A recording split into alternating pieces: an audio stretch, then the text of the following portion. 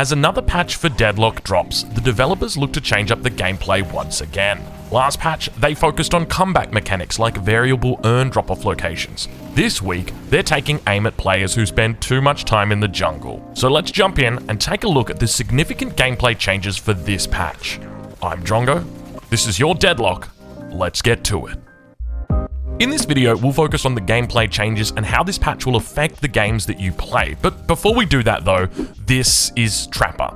He's a new hero they added to Hero Labs. He uses Pocket's model currently, but he actually looks a lot more like Techies from Dota 2 if you look close enough. He has a bunch of skills, but the only one you really need to know about is this one. It's called Silk Trap. It creates a web or a line between two surfaces, and any enemies who touch the web will die because you can stack them on top of each other. They're charged, meaning that you can get a lot of them in a short amount of time, and if you decide to show mercy on your enemy and not stack them all on top of each other, they slow for 99% movement speed for 2 seconds and disarm for 4 seconds. Trapper will undoubtedly be the king of base defense, and he will represent a huge threat in the mid game when taking objectives like mid-boss. He's definitely another hero that you're going to have to put on your list of characters not to follow into an alleyway, together with Lady Geist and Abrams. The other skills are actually all quite reasonable skills that won't actually make you want to uninstall Deadlock. You've got a grenade similar to that of Ivy's Kutsu Bomb, a spirit shield like Warden that you can cast on allies that does damage to nearby enemies, and an ultimate that is not going to be enjoyed by arachnophobes. It's Bouncing Spiders, which is inspired by the DVD logo, and they do a big burst of damage and debuff the enemy. Trapper is available in Hero Labs, which can now also be used in private bot games and sandbox and in private lobbies. So that's Trapper, or Techies as I'm sure he'll be known by many. Now let's move on to the gameplay changes that will affect every game of Deadlock you play. The first thing is Quick Buy. You can now right-click items in the shop and add them to your Quick Buy queue. You will automatically purchase the items you can afford in your set order. This is a great quality of life change and means that you can spend less time in the shop and more time in the lane. It will also mean that builds will probably trend towards a left to right style, at least for the laning phase. Next up, huge changes to the jungle and soul sharing mechanics. We've seen the devs rework this over the last few patches, and it seems they're still looking to get the balance right. Previously, at 8 minutes, the bounty for troopers would increase by 20%. However, the total value of the bounty would be halved if a second player was nearby. This is no longer the case, with the trooper value scaling at a linear rate rather than boosting up at 8 minutes, and further, you can share the soul bounty with one ally at no cost to yourself for the entirety of the game, not just the first 8 minutes. We've also seen an increase in the amount of souls rewarded for a kill, with the base increasing from 150 to 175 and the upper limit from 1400 to 2000. It's clear that this change is looking to encourage players to get out and fight more and to reward those who succeed. While it might not seem like much, those extra few souls in the early game could be the difference between another item purchase, and that will definitely help in snowballing lanes even further. However, with the upper limit being changed too, it means that opportunities for swings in the mid game and late game will be greater, so players who play it safe and avoid overextension in those team fights will avoid rewarding their enemies even more. The next changes are targeted towards the jungle, with neutral creeps now giving 5% less souls across the board. How many neutrals you eliminate in an average game will depend on your playstyle as well as the hero that you're playing, but as a PvE enjoyer and a 7-1 trick, I typically find myself between 25 to 30% of the souls each game coming from neutral enemies. So while this change is obviously intended to get people out of the jungle, total net worth values shouldn't see that much decline even for the strongest of jungle farmers. In addition to those jungle changes, they've also moved 4 neutral camps from outside the outer lanes behind the walkers to inside of the outer lanes. While the previous change definitely nerfed jungling, this change has definitely buffed it. This change will make it easier for outer solo lanes to weave jungling into their laning phase. They'll also be able to pair it with statue farming and really maximize the time that they've got between trooper waves. For the camps towards the back, the first one is in a bit of an awkward position, but it's still pretty easy to access, whereas the second one is harder to access, but it is much better when it comes to efficiency. It'll be a no-brainer taking this camp after you clear out the T3 neutrals just below. Overall, these changes will mean that the difference between the highest net worth and the lowest net worth should start to come down. Hyper farmers like Seven will be getting less souls from the jungle, while supports like Kelvin will be getting full value from any souls that they share, and importantly, they won't be hampering their carries to do so. Overall, these are great changes that look to even the playing field between the 1% and everybody else.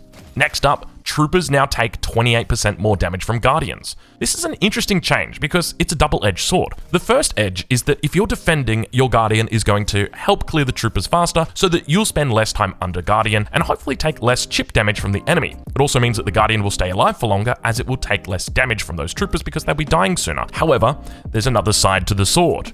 If the enemy hero that you're laning against kills you early and then immediately pushes their troopers to your guardian, now that more damage is being done to those troopers by your guardian, it will mean that when you return back to lane, less troopers will be alive for you to last hit. So while this might seem like a blessing to defensive play, be warned, it is a double-edged sword. There are also very slight buffs to the T2 walkers with a 10% increase in damage against players and the armor loss over time now happening at 16 minutes instead of at 14 minutes. And while these changes are small, the next change we're going to talk about is actually a very big change and, to be honest, a very needed one. T1 Guardians will now focus their attack on enemy players if that enemy player shoots a hero and the enemy player is within 15 meters of the Guardian. This has been a long complaint of mine that it was too easy to dive the enemy Guardian, parry it, kill the enemy and not take a single bit of damage from the Guardian. And with this change, while you're still able to parry the Guardian will look to focus you down much sooner if you even damage the enemy hero. So whether that be with a gun or with a spell, it will still try and look for you, it will focus you down. It's got about a 5-second timer on it. This is a great change and it means that diving the T1 Guardian will have real consequences in the early game. Next up, it's the warehouse redesign. The warehouse is the large building that houses the left T3 neutral camp. It also has the variable urn drop-off location inside of it, and it has just got a lot more open inside of it. It previously felt quite closed off and claustrophobic, but now with the new entrance, it feels much more open. This change should favor teams that are ahead, as dropping off or contesting an urn on the other side of the map, it's now a lot easier to do, as there's a new angle of attack. It's also a very straightforward access point. That's it for the significant gameplay changes. Now let's move on to the significant item changes. While we didn't cover all the gameplay changes in this video, if you'd like to read the full patch notes, the link is in the description. So let's quickly touch on the significant item changes. First up, Restorative Shot now procs on orb shots and gives NPC heal value. This is a great change. It means that your expected healing out of this item can definitely increase. One of the big critiques that I had about this item was that it wasn't very obvious that this item goes on cooldown when you fire your weapon rather than if your bullet hits a desired target. So as an example, headshot booster, when you hit the headshot, that is when it goes on cooldown. Whereas with Restorative Shot, the moment you fire your bullet is the moment that it goes on cooldown. And that means if you miss a bullet, that it doesn't give you a heal. That means if you hit a soul orb previously, it would not give you a heal. But now it will give you a heal. So this is a great change. Super duper happy with this. Next up, Toxic Bullets has been changed. I still don't know whether this is a nerf or a buff, but they've made it do less damage against healthy opponents and more damage against weak opponents. I'm kind of curious to see people like Deathy what their opinions are of this, because I really can't make sense of it and who it's designed to affect. Next up, it's Metal Skin, which no longer blocks melee damage. This is a good change, but it still definitely feels very strong against some heroes, so I wouldn't be surprised to see this item get completely reworked in the future. Soul Rebirth literally got removed from the game. They didn't even nerf it, they just said, you're gone, and to be honest, I understand completely. I bought this item only because it was absolutely broken in the late game, and it became very toxic to play against. When 2 or 3 members of the same team all buy it, and then they all respawn at the same time in a team fight, it completely changes the game, so it's definitely for the best that this is gone. Mystic Burst and Improved Burst now trigger on base damage rather than how much the target receives. This is a good change because it gives more certainty about whether you can proc the item now, but it also means that heroes that like to stack a lot of resist shredding aren't going to be able to proc these items as easily. Next up, Slowing Hex now uses Enduring Spirit as a component. This is the first time we've ever seen a cross-type item upgrade. Previously, they've always been of the same type. Who knows, maybe next patch we'll see monster rounds built into Magic Carpet. And speaking of Magic Carpet, it now grants 10% ability range. 7 can definitely make use of that ability range to increase his ball size, but is it going to make them big enough? I doubt it. Decay has also copped a bit of a rework. Even though the item still does the same thing technically, the healing reduction has been significantly increased from -50% to -70%. However, the bleed damage has been reduced from 3.1% down to 1%. This item was considered by many to be the most cost-effective item in the game, but with the bleed damage being reduced so significantly, I suspect that consideration may actually change. Well, that's it for the items. Let's take a quick look at the heroes and the significant changes that we've seen to balance there. First up, it's Grey Talon. He received a big amount of nerfs in this patch, and rightly so. He's an absolute lane bully. But the change I want to focus on is the change to his charge shot hitbox size. It's been reduced by 20%, and this change hopefully means he's not going to kill me around corners anymore. Next up, Haze Bullet Dance now allows you to use items while casting. Forgot you're unstoppable? Whoops. Here you go. How about Warpstone? Why not? Phantom Strike. Okay, probably too much. Magic Carpet though. Hell yeah, baby, look at this shit.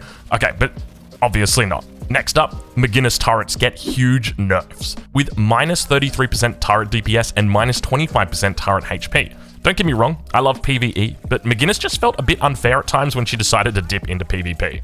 Another change that I am glad to see is to Paradox. Her Time Wall no longer has charges.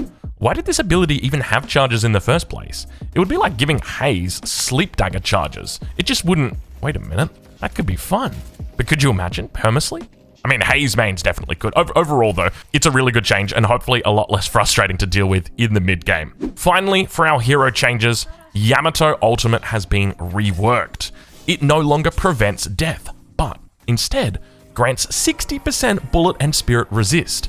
It heals you for 30% after you finish casting, and they increase the duration from 4 seconds to 6 seconds. And to top it all off, whenever you get a kill, it extends the duration by 2 seconds. Talk about a raid boss. Well folks, these are the most significant changes that we could see in the patch notes. Overall, another great patch by the developers. If you've enjoyed this video, please leave a like. Did we miss anything? Let us know in the comments. And if you're looking forward to more Deadlock content, don't forget to subscribe. I've been Drongo. This is your Deadlock. Thank you for watching.